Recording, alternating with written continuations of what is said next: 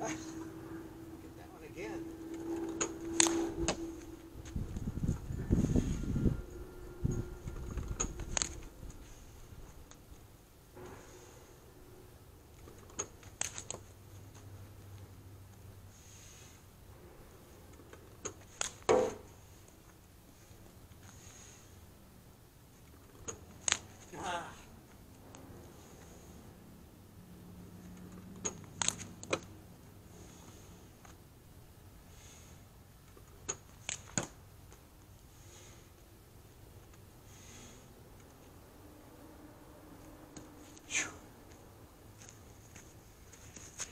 Well, that's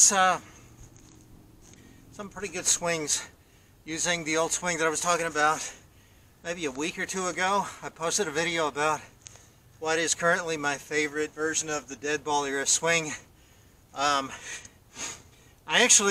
It amazes me how when I reach what I think is a plateau and I think it's just not going to get any better, I toy around with things, and what do you know, I can get a little bit farther into it, a little higher up. It's like the more you learn, the more you realize there is to learn. The things that you learn are kind of more and more minute. It's more fine-tuning. But what I have added to what I was talking about the other day is mostly in the hands.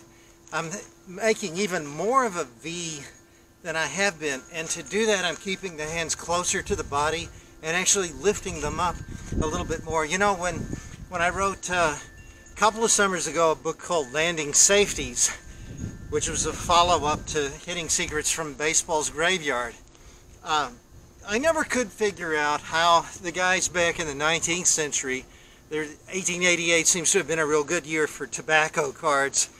You can find lots of players posed in this position where their hands are right about at their belt buckle, not only as low as that, but just right over it. They're not cocked toward the rear at all. And the other thing that really puzzled me, though, was how the front foot, the toes were facing almost right out toward the pitcher.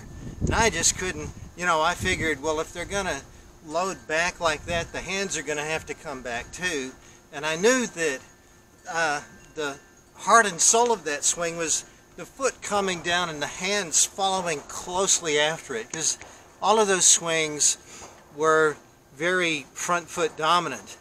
And well, then the other day when I was making that new video, I was talking about I discovered I kind of liked coiling the front knee a little bit more. So of course, if you've got the foot open, you can coil it a little bit and it works better. But then if you've got the hands out, it does tend to bring the hands farther back, and I didn't want that. Well, when I wrote Metal Ropes last summer about using the aluminum bat, the metal alloy bat that is so common for most of you nowadays, I talked about how because you're not carrying around that tightrope walker pole, this is a 35-inch bat, and of course some of them were much longer than that back in yesteryear. And if you don't have that thing to counterpoise your lift of the leg with a metal bat today, you have to kind of keep everything more tightly in. Well, so I, for some reason, decided I would do that when I coiled the leg. I would keep my hands farther in. Now they don't want to go back so far because I don't have them so far out. And again, I like the old school technique. I push the bat down with the top hand. I called it the bottom hand in my previous video for some stupid reason. The top hand comes down, and when I lift it up, I get a little hop onto the back foot. A very little hop, but it's enough to really store energy. And now, with my hands closer into my body, as I say, I can make more of a V, and each hand can do more of what I want it to with this old school swing. And what's that? Well, the bottom hand here needs to, as it were, pull on a lever. I really want that thing to pull down on the handle. Then the top hand, being bent at the wrist, can drive through better. It's like a martial artist, a boxer, you know, you bend your wrist so that you can throw a punch. That's what the top hand is doing on the handle. It's throwing a punch and lever and then punch. The bottom hand, just an instant earlier, a split microsecond earlier, does its levering thing, and then the top hand punches through. It's easier to do that if the hands are closer to the body and a little bit higher. And also I can actually, and this is, you know, we discovered this when we talked about metal bats and metal ropes. I can keep my weight longer if the pitcher for some reason is holding on to the ball. So it's kind of a win-win. The only thing that a lot of people are going to say, they've been saying this at least since Ted Williams. I'm pretty sure he wasn't the first guy to say it, but you'll hear, I could name a major internet coach right now who says this in his stuff, that why do you want to swing down on the ball? The ball is coming in at about a 15-degree angle. If you swing down on it, there's just one point of possible contact. Why wouldn't you want to swing more level? Or as Ted says in The Science of Hitting, even if you're swinging slightly upward, you have a better chance of meeting the ball. Problem with that is, okay, here are your armpits. Here's the strike, the top of the strike zone down here somewhere. You can't, it's impossible to have a level swing. It's just not humanly possible. What are you going to do? Start here and swing like that? Let's say at least it's impossible to have a dynamic level swing. And if you swing from your armpit, as Ted did, and if you're, certainly if you're swinging higher, there's a point when you're going to intersect the ball and then the bat's coming back up again. So the stuff about swinging up, as Ted likes, to intersect the transit of the ball, the bat's not going to, the barrel's not going to stay there very long, is it? It's always, it's like calculus. It's always moving. There's no steady abiding in the line of the pitch.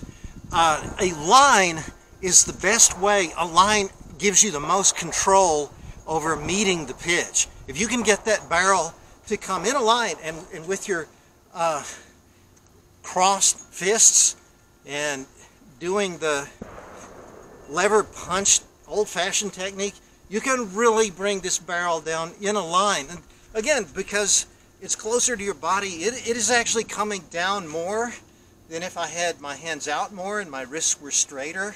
I could maybe, you know, have a more level swing that way.